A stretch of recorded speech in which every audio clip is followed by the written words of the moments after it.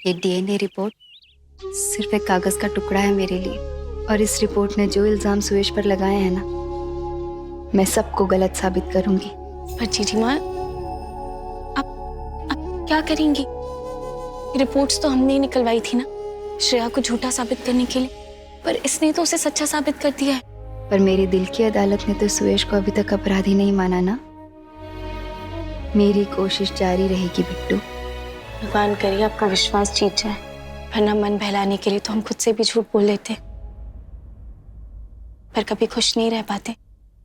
मैं मन को बहलाने के लिए झूठ नहीं बोल रही हूँ, मुझे सचमुच सुयश पे पूरा विश्वास है। और तू मेरी चिंता छोड़ और अपने और विधान के रिश्ते को सुधारने की कोशिश कर, गलतफहमियां दूर करने की कोशिश कर।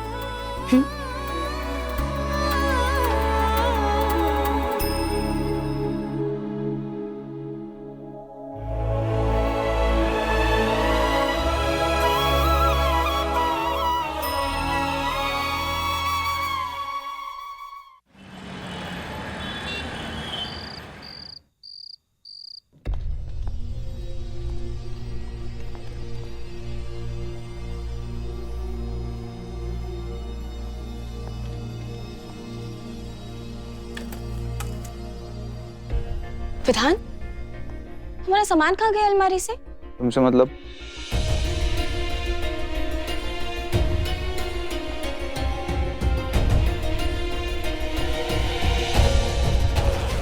मेरे बैग को हाथ मत लगाओ प्लीज। विधान, मैं भी तो वापस आ गई है ना, तुम भी वापस आ जाओ।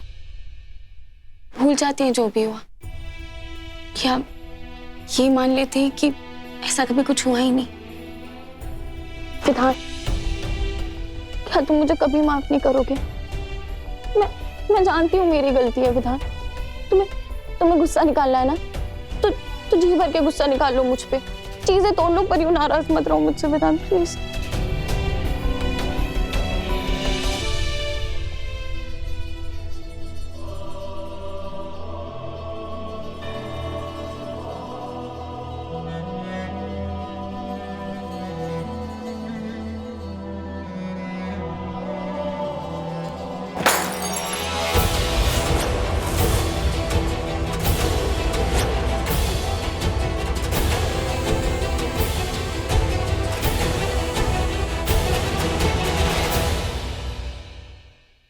एक मिनट इधर आना, ये पकड़ो,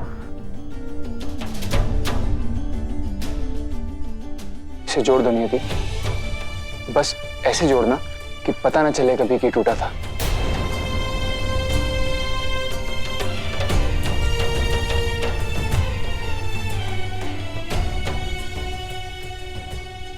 मेरे अंदर भी कुछ टूट गया नहीं थी, और हम ये नहीं मान सकते कि कभी कुछ हुआ ही नहीं था।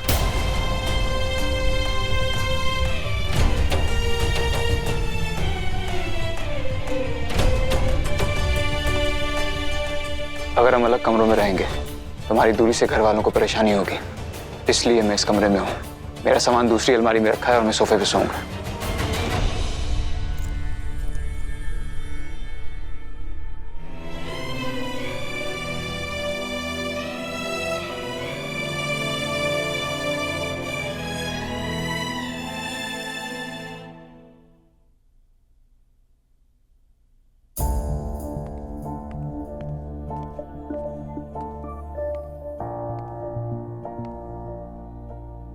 उत्तरा, तुम्हारी आंखों में आंसू? तुम्हें याद है मैं तुमसे हमेशा पूछा करता था, उत्तरा तुम इतनी बड़ी कंपनी कैसे चला लेती हो? कभी घबराती नहीं, कभी थकती नहीं। तो याद है तुमने क्या जवाब दिया था? मिस्टर रावत, आपने आयरन मैन के बारे में तो सुना होगा, मैं आयरन लेडी। और आज मेरी आयरन लेडी की आंखों में आंसू। क्या हुआ? क्या करूं? एक बच्चे की जिंदगी से मुश्किलें चली जाती है तो दूसरे की जिंदगी में आ जाती है। समझ में नहीं आ रहा फाल्गुनी ऐसा क्यों कर रही है? क्यों उस बच्ची को, उसकी माँ को इस घर में रखना चाहती है? मुझे डर लग रहा है कहीं उन दोनों की वजह से हमारे घर की खुशियों को ग्रहण न लग जाए। इधर आओ, आओ तो।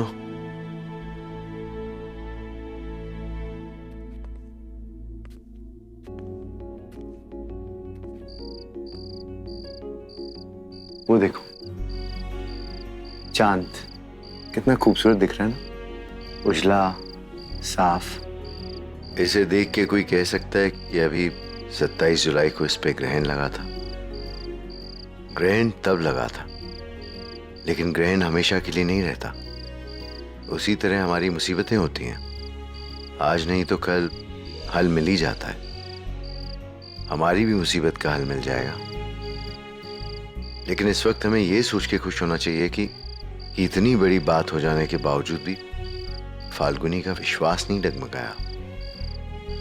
फाल्गुनी और सुयश दोनों साथ में हैं।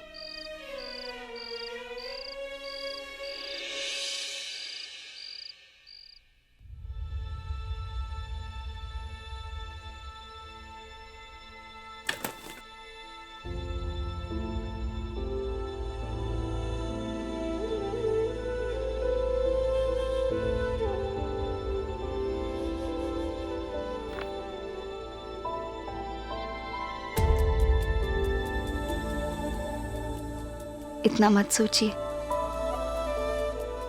अभी तक कुछ भी साबित नहीं हुआ है। इतना विश्वास मत करो फाल्गुनी, जब भरोसा टूटेगा ना तो बहुत दर्द होगा। उस रात क्या हुआ था मुझे कुछ याद नहीं है फाल्गुनी, और अगर ये गलती मुझसे हुई होगी तो, और अगर यही सच साबित हो गया तो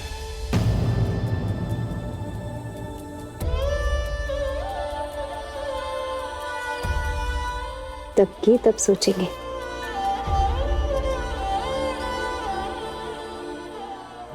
चीकू, एक मिनट मेरी बात। चलो मम्मा चलो। पापा, आपको पता है मैंने मम्मा को कहा कि चलो पापा के पास चलते हैं, पर मम्मी कहने लगी नहीं बुरा लगेगा। एक बात बताओ, पापा तो पापा ही होते हैं ना, हम उनके पास तो कभी भी जा सकते हैं।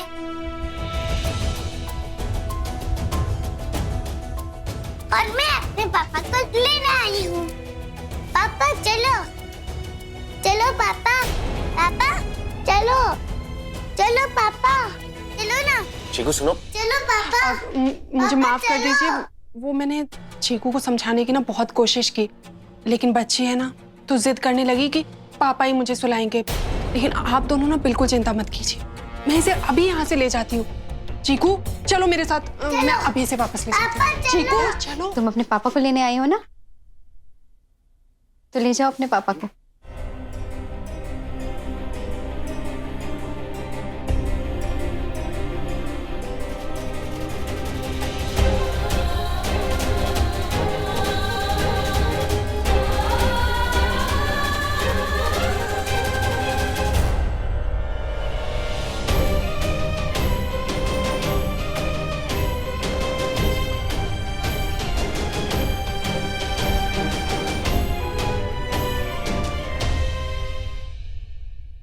पापा ये क्या, आपको तो पता है ना मुझे तो लोरी सुननी होती है, और आज आप ऐसे चुपचाप लेटे हुए हो। चलो ना, गाना गाएंगे, डांस करेंगे। चीकू आज नहीं। पर क्यों नहीं, मुझे लोरी भी चाहिए, डांस भी चाहिए, चाहिए चाहिए चाहिए। चीकू चुपचाप से सो जा, वरना खींच के एक थप्पड़ लगाऊंगी। उसे क्यों डांट रही हो? मतलब उसकी कोई गलती नहीं है। परसों मैंने और फाल्गुनी ने उसे ऐसे ही सुलाया था, इसलिए जिद कर रही है। चीकू बेटे आज नहीं, आज मैं थका हुआ हूं, थोड़ा मन नहीं है।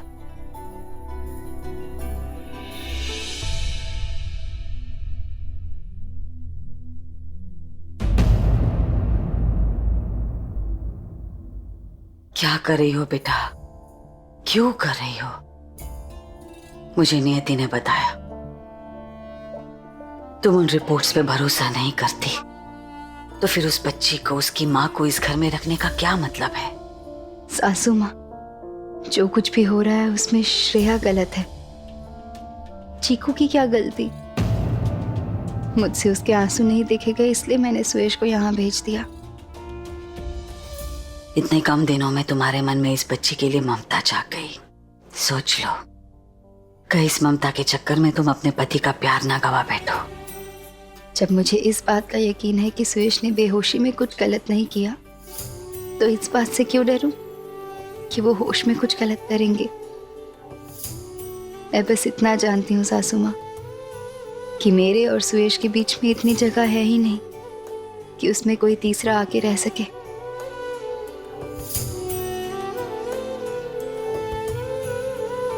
सुयश, सॉरी यार, आज हम दोनों तुम पति पत्नी के बीच में फालतू में आ गए।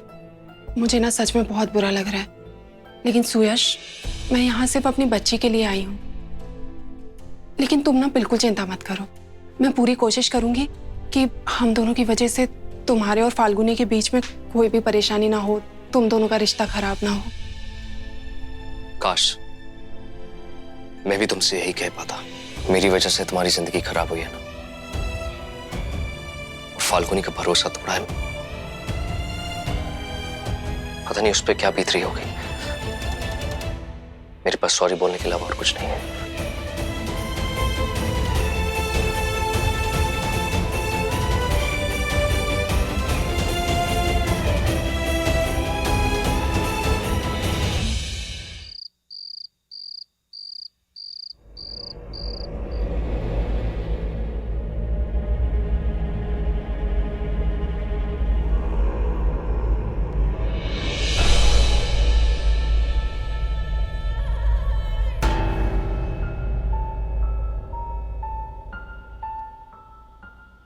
मुझे पता करना होगा कि श्रेया किससे पैसे देने की बात कर रही थी।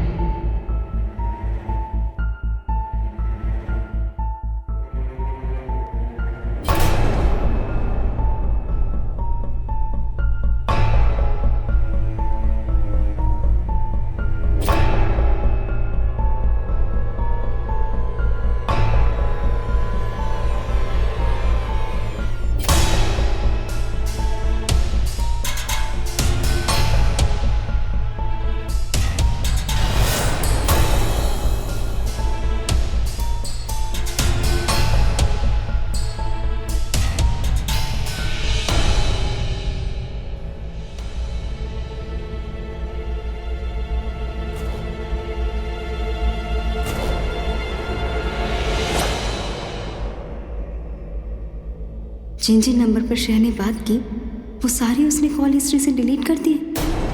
और ऐसा तो कोई तभी करता है जब वो कुछ छुपा रहा हो।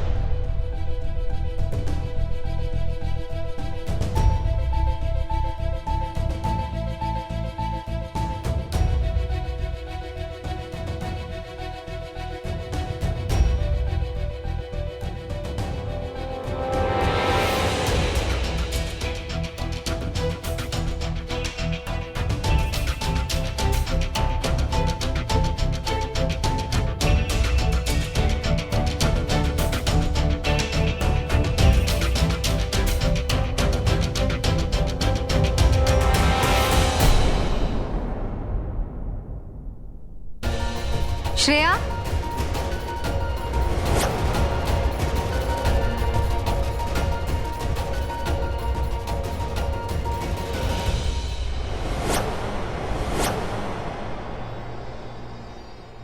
तुम इतनी रात को यहाँ क्या कर रही हो?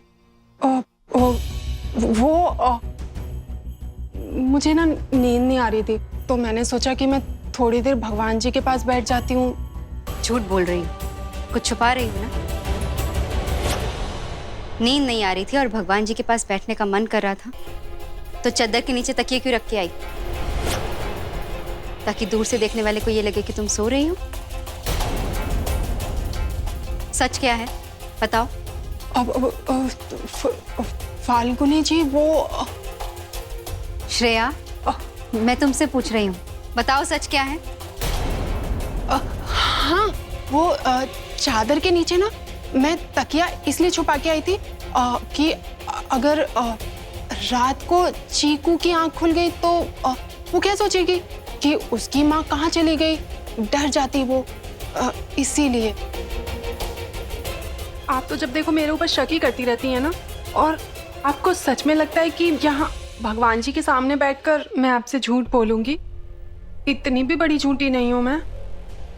श्रेया, भगवान तो हर जगह है और तुम झूठ तो बोल रही हो,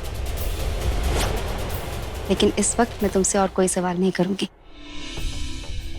जाओ अपने कमरे में जाओ, क्योंकि अगर चीकू की नींद खुली और उसे पता चला कि चादर के नीचे उसकी मम्मा नहीं तकिए हैं, तो उसका भरोसा टूट जाएगा, और बच्चों को भरोसा टूटने पर बहुत तकलीफ होती है।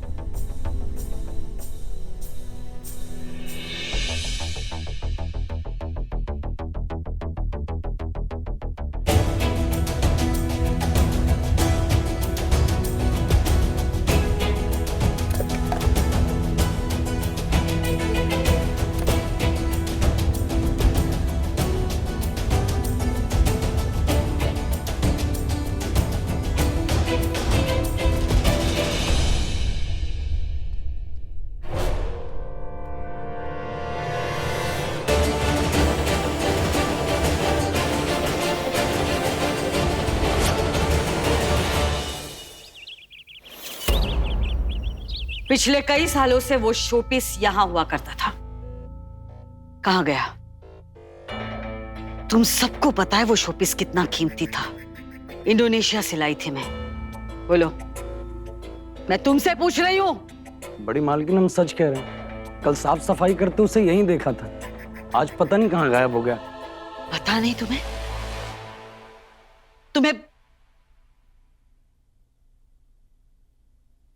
ये लड़की,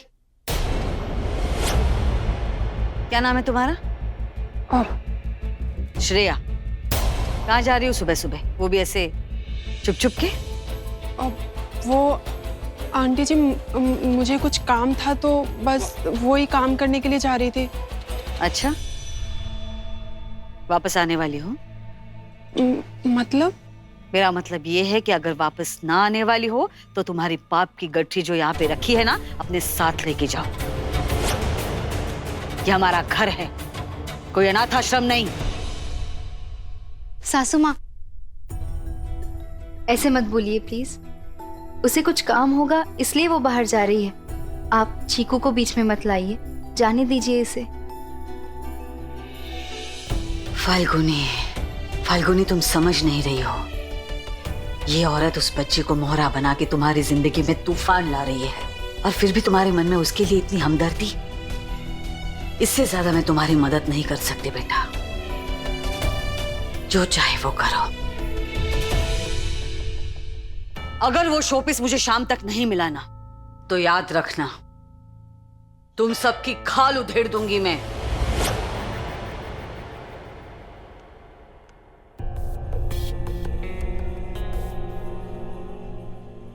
श्रेया,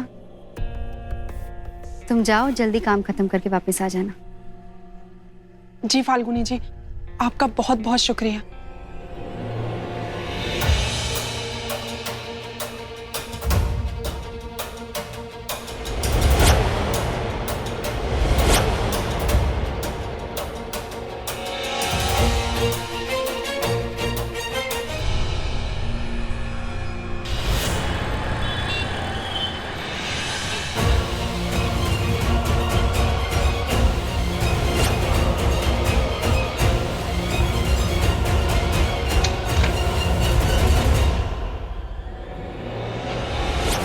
आज तुम्हारा सच सामने जरूर आएगा श्रेया। देखूं किसके साथ मिलकर तुम सुरेश को धोखा दे रही हो।